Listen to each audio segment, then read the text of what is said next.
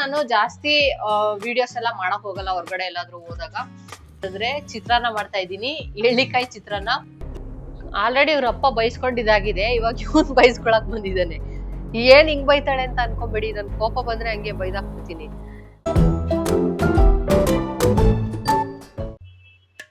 Hi hello ಎಲ್ರಿಗೂ ನಮಸ್ಕಾರ, ನನ್ನ ಮತ್ತೊಂದು ವಿಡಿಯೋಗೆ ಸ್ವಾಗತ. ಸೊ ಊರಿಂದ ಬಂದ್ಮೇಲೆ ಇದು ಫಸ್ಟ್ ವ್ಲಾಗ್ ಸ್ಟಾರ್ಟ್ ಮಾಡ್ತಾ ಇದ್ದೀನಿ. ಸೊ ತುಂಬಾ ಲಾಂಗ್ ಗ್ಯಾಪ್ ಆಗ್ಬಿಟ್ಟಿತ್ತು. ತುಂಬಾ ಜನ ಕೇಳ್ತಾ ಇದ್ರಿ ನಿಮ್ ವ್ಲಾಗ್ ನ ಮಿಸ್ ಮಾಡ್ಕೊಂತ ಇದ್ವಿ ಅಂತ ಹೇಳ್ಬಿಟ್ಟು.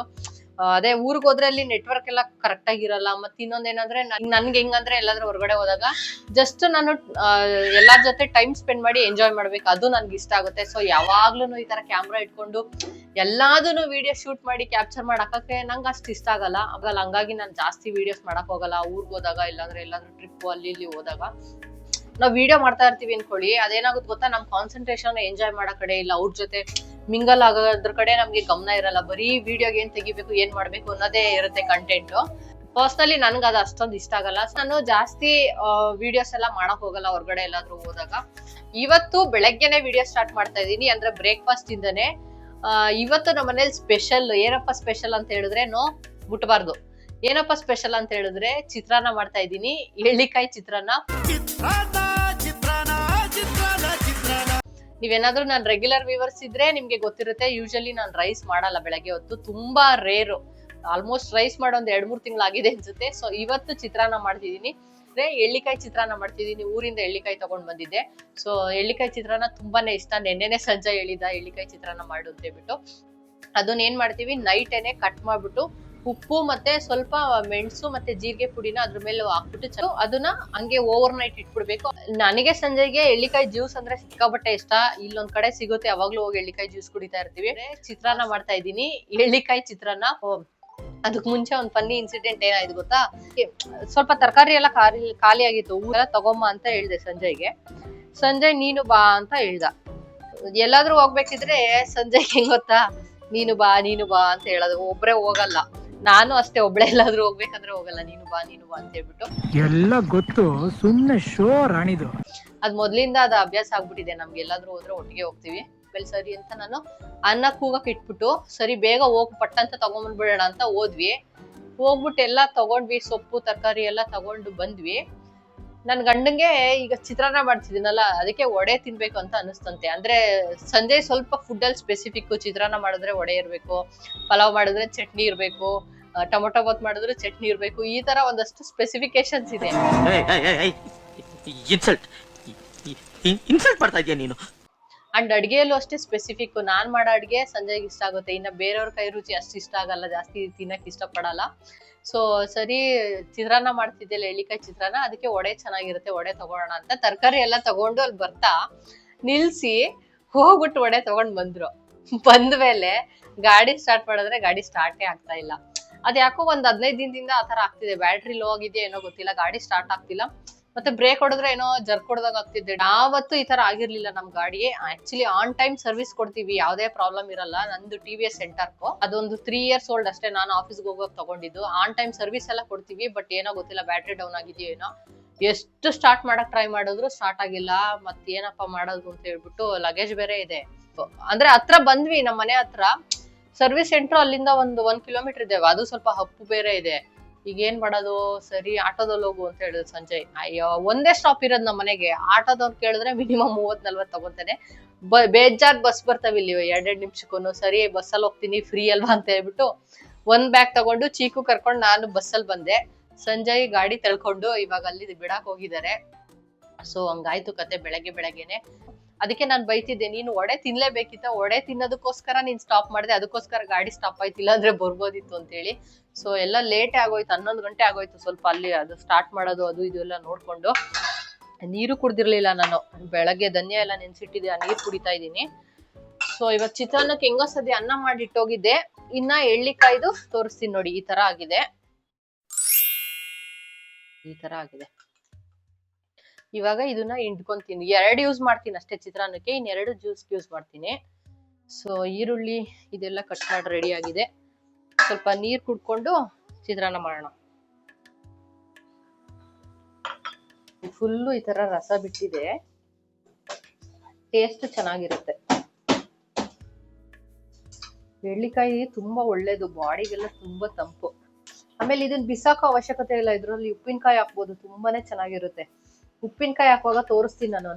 ನಮ್ಮಮ್ಮ ಯಾವ ತರ ಉಪ್ಪಿನಕಾಯಿ ಹಾಕ್ತಾರೆ ಆ ಸ್ಟೈಲಲ್ಲಿ ಹಾಕ್ತೀನಿ. ಒಗ್ಗರಣೆ ಏನು ಇಲ್ಲ, ಸಖತ್ತಾಗಿರುತ್ತೆ. ಎಳ್ಳಿಕಾಯಿ ಉಪ್ಪಿನಕಾಯಿ ಕರ್ಗದ್ಮೇಲೆ ಏನ್ ಕ್ರೇಜಿ ಆಗಿರುತ್ತೆ ಗೊತ್ತಾ ಗೈಸ್. ನೀವ್ ಯಾರಾದ್ರೂ ತಿಂದಿದ್ರೆ ಕಮೆಂಟ್ ಮಾಡಿ ಹೆಂಗಿರುತ್ತೆ ಏನು ಅಂತ. ನಮ್ಗಂತೂ ಸಖತ್ ಇಷ್ಟ. ನೋಡಿ, ಒಂದ್ ಓಳಲ್ಲಿ ಎಷ್ಟು ರಸ ಬಂದಿದೆ.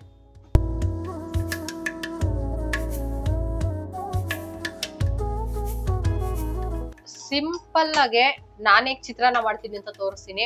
ಚಿತ್ರಾನ್ನ ಏನ್ ಮಾಡೋ ದೊಡ್ಡ ವಿಷಯನ ಅಂತ ಅನ್ಕೋಬಹುದು ಕೆಲವರು. ಬಟ್ ಏನ್ ಗೊತ್ತಾ, ನಾನು ಏನಾದ್ರು ಒಂದ್ ರೆಸಿಪಿ ಹಂಗೆ ಹೇಳಿರ್ತೀನಲ್ಲ, ನನ್ನ ವ್ಯೂವರ್ಸ್ ಕೇಳ್ತಾರೆ ಅದನ್ನು ರೆಸಿಪಿ ತೋರಿಸಿ ಅಂತ. ಅದಕ್ಕೆ ತೋರಿಸ್ಬಿಡೋಣ ಅಂತ ತೋರಿಸ್ತಿದೀನಿ. ಫಸ್ಟ್ ನಾನು ಕಡಲೆ ಬೀಜ ಹುರ್ಕೊಂತೀನಿ. ಎಣ್ಣೆ ಏನಕ್ಕೆ ಒಂಥರ ಯೆಲ್ಲೋಯಿಶ್ ಇದೆ ಅಂದ್ರೆ, ನಾನು ಯೂಸ್ ಮಾಡ್ತಾ ಇರೋದು ಸಾಸಿವೆ ಎಣ್ಣೆ ಯೂಸ್ ಮಾಡ್ತಿದ್ದೀನಿ. ಸಾಸಿವೆ ಎಣ್ಣೆ ಜಾಸ್ತಿ ಹಾಕಿದೀನಿ, ಒಂದ್ ಸ್ವಲ್ಪ ನಾರ್ಮಲ್ ಕಡಲೆಕಾಯಿ ಎಣ್ಣೆ ಹಾಕಿದೀನಿ. ಸಾಸಿವೆ ಎಣ್ಣೆ ಯೂಸ್ ಮಾಡಿದ್ರೆ ತುಂಬಾ ಒಳ್ಳೇದು. ಬಟ್ ನಿಮ್ಗೆ ಸಿಕ್ಕಾಪಟ್ಟೆ ಸ್ಮೆಲ್ ಬರುತ್ತೆ ಎಣ್ಣೆ ಕಾಯೋವರೆಗೂ. ಅದಕ್ಕೆ ಸ್ಮೆಲ್ ನೋಡಿ ಯಪ್ಪ ಇದನ್ನ ಹೆಂಗಪ್ಪ ತಿನ್ನೋದು ಅಂತ ಅನ್ಸುತ್ತೆ. ಬಟ್ ಎಣ್ಣೆ ಕಾದ್ಮೇಲೆ ಆತರ ಸ್ಮೆಲ್ ಏನಿರಲ್ಲ. ಬಟ್ ತುಂಬಾನೇ ಒಳ್ಳೇದು. ಬೇರೆ ಎಣ್ಣೆ ಜೊತೆ ಮಿಕ್ಸ್ ಮಾಡಕ್ ಹೋಗ್ಬೇಡಿ. ಸ್ವಲ್ಪ ಒಗ್ಗರಣೆಗೆಲ್ಲ ಇದನ್ನ ಯೂಸ್ ಮಾಡ್ಬೋದು. ಇಲ್ಲ ಅಂದ್ರೆ ಸ್ವಲ್ಪ ಕಡಲೆಕಾಯಿ ಎಣ್ಣೆ ಹಾಕ್ಬಿಟ್ಟು 1-2 ಸ್ಪೂನು ಇದನ್ನ ಜಾಸ್ತಿ ಹಾಕೊಂಡು ಯೂಸ್ ಮಾಡ್ಬೋದು ನೀವು. ನಾನು ಇವಾಗ ಇದನ್ನೇನ್ ತೆಕ್ಕೊಳಕ್ ಹೋಗಲ್ಲ. ಇವಾಗ ಇದಕ್ಕೇನೆ ಒಗ್ಗರಣೆ ಹಾಕೊಂತೀನಿ. ಅದನ್ನೇನ್ ತೆಗ್ದಿಟ್ಕೊಳಕ್ ಹೋಗಲ್ಲ. ಸಾಸಿವೆ, ಕಡಲೆಬೇಳೆ, ಉದ್ದಿನ ಬೇಳೆ ಮತ್ತೆ ಜೀರಿಗೆ. ಸ್ವಲ್ಪ ಜೀರಿಗೆ ಹಾಕೊಂಡ್ರೆ ಚಿತ್ರಾನ್ನಕ್ಕೆ ಯಾವಾಗ್ಲೂ ಚೆನ್ನಾಗಿರುತ್ತೆ. ಮತ್ತೆ ಸ್ವಲ್ಪ ಜಜ್ಜಿರೋ ಶುಂಠಿ ಹಾಕೊಂತಿದೀನಿ. ಶುಂಠಿ ಹಾಕೊಂಡ್ರೆ ಸಖತ್ ಟೇಸ್ಟ್ ಇರುತ್ತೆ. ಟ್ರೈ ಮಾಡಿ ನೋಡಿ ನೀವು, ಟ್ರೈ ಮಾಡಿಲ್ಲ ಅಂದ್ರೆ. ಮತ್ತೆ ಬೆಳ್ಳುಳ್ಳಿ ಸ್ವಲ್ಪ, ಕರ್ಬೇವಿನ ಸೊಪ್ಪು, ಮತ್ತೆ ಒಂದೇ ಒಂದು ಈರುಳ್ಳಿ ಹಾಕೊಂತಾ ಇದ್ದೀನಿ.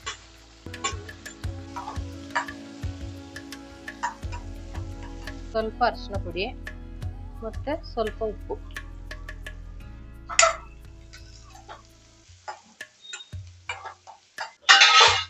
ಸ್ವಲ್ಪ ಜಾಸ್ತಿ ಕೊತ್ತಂಬರಿ ಸೊಪ್ಪು ಹಾಕೊಳ್ಳಿ, ಅವಾಗ ಚಿತ್ರಾನ್ನ ತುಂಬಾನೇ ಚೆನ್ನಾಗಿರುತ್ತೆ.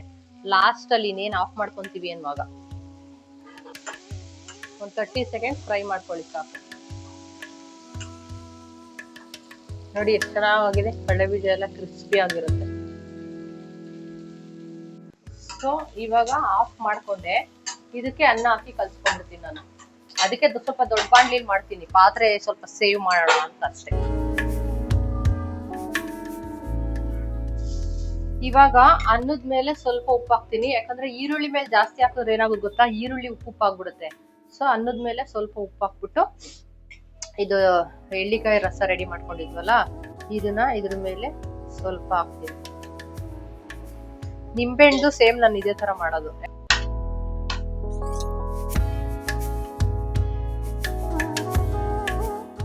ಚಿತ್ರಾನ್ನ ನೋಡಿ ರೆಡಿ ಆಗಿದೆ, ಸಕ್ಕತ್ತಾಗಿ ಕಾಣಿಸ್ತಾ ಇದೆ. ಇವಾಗ ಅಲ್ಲೋಗಿ ತಗೊಂಬಂದಿರೋ ವಡೆ ತಿನ್ನೋಣ. ವಡೆ ನೋಡಿ ಎಷ್ಟು ಅಗಲ ಇದೆ. ವಡೆ ವಿತ್ ಚಟ್ನಿ. ಒಳ್ಳೆ ಹೋಟೆಲ್ ಸ್ಟೈಲ್ ಬ್ರೇಕ್ಫಾಸ್ಟ್ ರೆಡಿ ನಮ್ಮ ಮನೇಲಿ ಇವತ್ತು.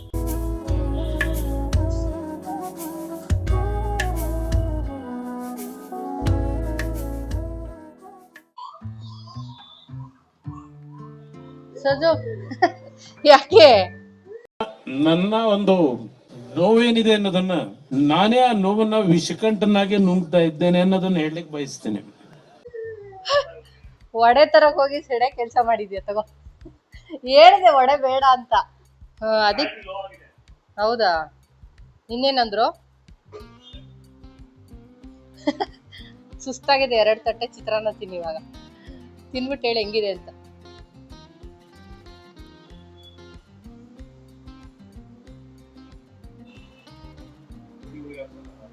ಜೋರಾಗಿ ಹೇಳು ಸಂಜು.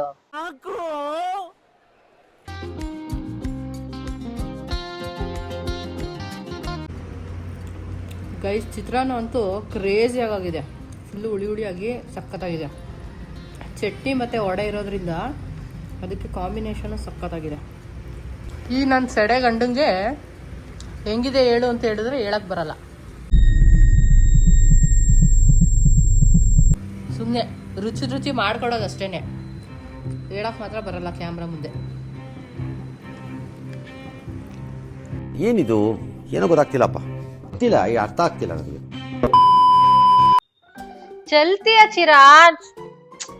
ಬಾ ದೇವ್ರೆ, ಇವ್ನ ಇಟ್ಕೊಂಡು ಒಂದ್ ವಿಡಿಯೋನು ಮಾಡಕ್ ಆಗಲ್ಲ, ಏನು ಮಾಡಕ್ ಆಗಲ್ಲ. ಹಿಂಸೆ ಗುರು ಹೊತ್ತಾಗೆ. ಸ್ವಲ್ಪ ತಗೊಂಡ್ ತಿನ್ನೋ. ಆಲ್ರೆಡಿ ಇವ್ರ ಅಪ್ಪ ಬೈಸ್ಕೊಂಡಿದ್ದಾಗಿದೆ, ಇವಾಗ ಇವನ್ ಬೈಸ್ಕೊಳಕ್ ಬಂದಿದ್ದಾನೆ. ಏನ್ ಹಿಂಗ್ ಬೈತಾಳೆ ಅಂತ ಅನ್ಕೊಂಬೇಡಿ, ನನ್ ಕೋಪ ಬಂದ್ರೆ ಹಂಗೆ ಬೈದಾಕ್ಬಿಡ್ತೀನಿ.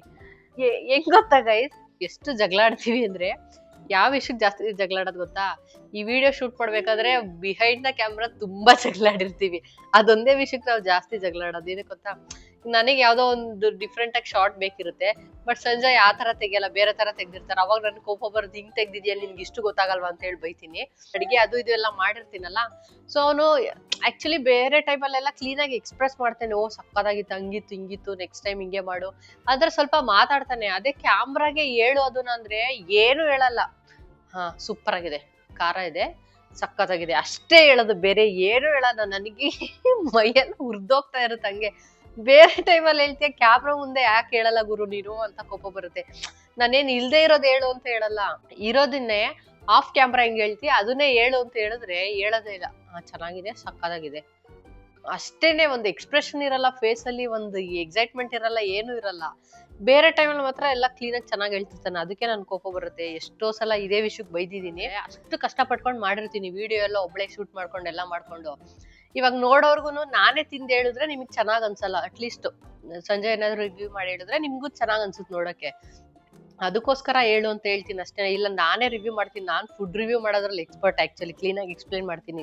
ಹೇಳಿದಾಗ ನಿಜ ನನ್ ಸಿಕ್ಕಾಬಟ್ಟೆ ಕೋಪ ಬರುತ್ತೆ, ಅದಕ್ಕೇನೆ ಬೈದೆ ಕೋಪ. ಇನ್ನೊಂದೇನಂದ್ರೆ ಸಿಕ್ಕಾಬಟ್ಟೆ ಇಂಟ್ರೋವರ್ಟ್ ಸಂಜಯ್. ಈಗ ಹೊರಗಡೆ ಎಲ್ಲಾದ್ರೂ ಹೋಗಿರ್ತೀವಿ, ಇಬ್ರು ಈ ತರ ಫೋಟೋ ತಗೋಬೇಕಂತ ಇಷ್ಟ ಇರುತ್ತೆ. ಫೋಟೋ ತಗೊಳ್ಳೋಣ ಬಾ ಅಂದ್ರೆ ಇಲ್ಲ ಬೇಡ, ಇಲ್ಲ ಬೇಡ ಬೇಡ. ನನ್ ಕೋಪ ಹಂಗೆ ನೆತ್ತಿಗೆ ಏರ್ಬಿಟ್ಟಿರುತ್ತೆ. ಅಲ್ಲ ನಾವು ಫೋಟೋ ತಗೊಂಡ್ರೆ ಏನಾಗುತ್ತೆ, ಜಾಸ್ತಿ ಜನ ಇದ್ರೆ ಇಲ್ಲ ಕ್ರೌಡ್ ಇದ್ರೆ ಇವ್ನ್ ಬರೋದೇ ಇಲ್ಲ ಫೋಟೋಗೆ. ನಾನು ಒಬ್ಳೆ ಸಿಂಗಲ್ ಮಗನ್ ತರ ತಗೊಂಡ್ಬಿಟ್ಟು ಮದ್ವೆ ವರ್ಷದಿಂದನು ಸಿಕ್ಕಾಪಟ್ಟೆ ಕ್ರೇಜ್ ಫೋಟೋ ಅಂದ್ರೆ. ನಾನು ಎಷ್ಟು ಫೋಟೋಸ್ ತಗೊಂತಿದ್ದೆ ಗೊತ್ತಾ?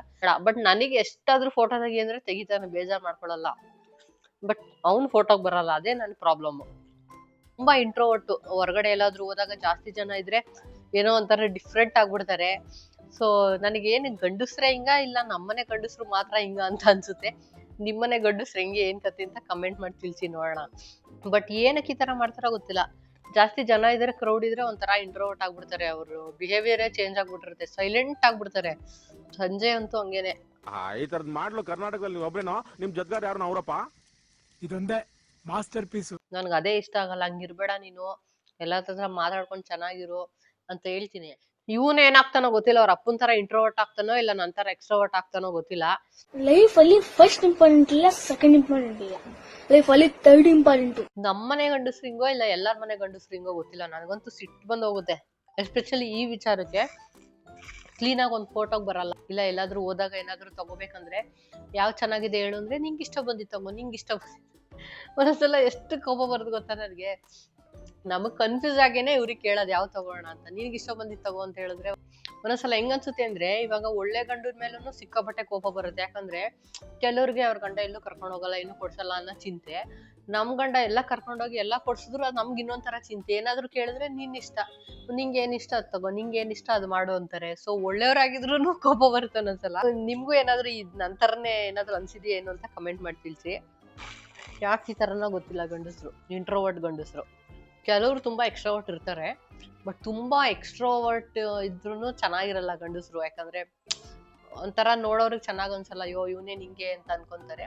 ಅಟ್ಲೀಸ್ಟ್ ಒಂದು ಹಾಫ್ ಇರ್ಬೇಕು, ಇಂಟ್ರೋವರ್ಟ್ ಕಮ್ಮಿ ಎಕ್ಸ್ಟ್ರೋವರ್ಟ್ ಆ ತರ ಇರ್ಬೇಕು ನನ್ನ ಪ್ರಕಾರ. ಅಯ್ಯೋ ಈ ಅಂಕಲ್ ಆಂಟಿ ಲವ್ ಸ್ಟೋರಿ ನನ್ ಕೈಲಿ ನೋಡಕ್ ಆಯ್ತಿಲ್ವೇ? ಯಾರಾದಿದ್ರೆ ಖಂಡನೆ ಮಾಡ್ಬಿಡ್ತೀನಿ ಎಲ್ರು. ಇವಾಗ ಮೈ ಕಾಫಿ ಟೈಮ್. ಕಾಫಿ ಕುಡಿತಾ ಇದ್ದೀನಿ.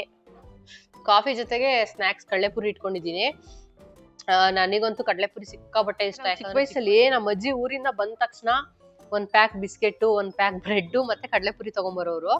ಕಡಲೆಪುರಿನ ನಾವು ಈ ತರ ಕಾಫಿಗೆ ಹಾಕೊಂಡು ತಿಂತೀವಿ, ಸಕ್ಕತ್ತಾಗಿರುತ್ತೆ. ಕೆಲವ್ರಿಗೆ ವಿಯರ್ಡ್ ಅಂತ ಅನ್ನಿಸ್ಬೋದು, ಬಟ್ ನಂಗಂತೂ ಸಿಕ್ಕಾಪಟ್ಟೆ ಇಷ್ಟ. ನೀವು ಯಾರಾದ್ರೂ ಈ ತರ ಕಾಫಿಗೆ ಕಡಲೆಪುರಿ ಹಾಕೊಂಡು ತಿನ್ನೋರು ಯಾರಾದ್ರೂ ನಂತರ ಇದ್ರೆ ಕಮೆಂಟ್ ಮಾಡಿ ಸೊ ನಂತರ ಯಾರಾದ್ರೂ ಇದರ ನೋಡೋಣ.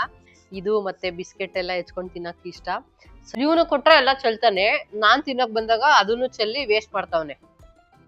ನೋಡಿ ನೋಡಿ ಈ ತರ ಬೆತ್ತಗಾಗಿದೆ. ಇವಾಗ ಕುಡಿಯೋದು ಸಕ್ಕತ್ತಾಗಿರುತ್ತೆ. ಒಂದ್ಸಲ ಟ್ರೈ ಮಾಡಿ ನೋಡಿ, ಮೇ ಬಿ ನಿಮ್ಗೂ ಇಷ್ಟ ಆಗ್ಬೋದು. ಒಂದ್ಸಲನು ಟ್ರೈ ಮಾಡಿಲ್ಲ ಅಂತ ಹೇಳಿದ್ರೆ. ನನ್ಗಂತೂ ಫೇವ್ರೇಟ್ ಅಪ್ಪ ಇದು. ಸದ್ಯಕ್ಕೆ ಇವತ್ತಿನ ವ್ಲಾಗ್ ಇಷ್ಟೇ. ಈ ವಿಡಿಯೋನ ಇಲ್ಲೇ ಎಂಡ್ ಮಾಡ್ತಿದ್ದೀನಿ. ನೀವು ಎಳ್ಳಿಕಾಯಿ ಚಿತ್ರಾನ್ನ ಟ್ರೈ ಮಾಡಿ, ತುಂಬಾನೇ ಚೆನ್ನಾಗಿರುತ್ತೆ. ಇನ್ನೊಂದ್ ಸ್ವಲ್ಪ ಎಳ್ಳಿಕಾಯಿ ಜ್ಯೂಸ್ ಇಟ್ಟಿದ್ದಲ್ಲ, ಅದನ್ನ ನಾವು ಸಕ್ಕರೆ ಹಾಕೊಳಲ್ಲ ಆಕ್ಚುಲಿ. ಸ್ವಲ್ಪ ಉಪ್ಪು ಮತ್ತೆ ಚಾಟ್ ಮಸಾಲ, ಸ್ವಲ್ಪ ಜೀರಿಗೆ ಪುಡಿ ಹಾಕಿದ್ನಲ್ಲ, ಅದಕ್ಕೆ ಇನ್ನೊಂದ್ ಸ್ವಲ್ಪ ಜೀರಿಗೆ ಮಿಕ್ಸ್ ಮಾಡ್ಬಿಟ್ಟು ಅದಕ್ಕೆ ಒಂದು ಕಾಫಿ ಗ್ಲಾಸ್ ಅಲ್ಲಿ 1.5 ಗ್ಲಾಸ್ ಅಷ್ಟು ನೀರ್ ಹಾಕ್ಬಿಟ್ಟು ಚೆನ್ನಾಗಿ ಮಿಕ್ಸ್ ಮಾಡ್ಕೊಂಡು ಕುಡಿದ್ರೆ ಅದೊಂಥರ ನಿಮ್ಗೆ ಇದು ಮಸಾಲ ಜ್ಯೂಸ್ ಬರುತ್ತಲ್ಲ, ಈಗ ಮಸಾಲ ಎಳ್ಳಿಕಾಯಿ ಜ್ಯೂಸ್ ಬರುತ್ತಲ್ಲ, ಆ ತರ ಆಗುತ್ತೆ. ಸೊ ಶುಗರ್ ಅವಾಯ್ಡ್ ಮಾಡಕ್ಕೆ ಆ ತರ ಶುಗರ್ ಅವಾಯ್ಡ್ ಮಾಡೋದಕ್ಕೆ ಆ ತರ ಕುಡಿಬಹುದು. ತುಂಬಾನೇ ಒಳ್ಳೇದು ಎಳ್ಳಿಕಾಯಿ ಬಾಡಿಗೆ, ತುಂಬಾನೇ ತಂಪು ಕೂಡ. ಸೊ ಈ ತರ ಕುಡಿದ್ ನೋಡಿ, ತುಂಬಾನೇ ಚೆನ್ನಾಗಿರುತ್ತೆ. ನಿಮ್ಗೇನ್ ತುಂಬಾ ಹುಳಿ ಅನ್ಸಲ್ಲ, ಯಾಕಂದ್ರೆ ಪೆಪ್ಪರ್ ಹಾಕಿರ್ತೀರಾ, ಚಾಟ್ ಮಸಾಲ ಹಾಕಿರ್ತೀರಾ, ಸಾಲ್ಟ್ ಹಾಕಿರ್ತೀರಲ್ಲ, ಸೊ ಚೆನ್ನಾಗಿರುತ್ತೆ. ಹಂಗೂ ಕುಡಿಯಕ್ ಆಗಲ್ಲ ಅಂದ್ರೆ ಸ್ವಲ್ಪ ಶುಗರ್ ಆಡ್ ಮಾಡ್ಕೊಳ್ಳಿ. ಬಟ್ ನಮ್ಗೆ ಅಭ್ಯಾಸ ಆಗಿದೆ, ಶುಗರ್ ಇಲ್ದೇನೆ ಕುಡಿತೀವಿ. ಸೊ ಇನ್ನ ಒಂದ್ 2-3 ಎಳ್ಳಿಕಾಯಿ ಇದಾವೆ, ಡೈಲಿ ಒಂದೊಂದು ಕುಡಿಯೋದು. ಸೊ ಸದ್ಯಕ್ಕೆ ಇಷ್ಟ ಇವತ್ತಿನ ವ್ಲಾಗು. ಈ ವಿಡಿಯೋ ಇಲ್ಲೇ ಎಂಡ್ ಮಾಡ್ತಿದ್ದೀನಿ. ಈ ವಿಡಿಯೋ ಹೆಂಗ ಅನಿಸ್ತು ಏನು ಅಂತ ನಿಮ್ಗೆ ಕಮೆಂಟ್ ಮಾಡಿ ತಿಳಿಸಿ. ನೆಕ್ಸ್ಟ್ ವ್ಲಾಗಲ್ಲಿ ಸಿಗ್ತೀನಿ. ಅಲ್ಲಿವರೆಗೂ ಟೇಕ್ ಕೇರ್, ಬಾಯ್.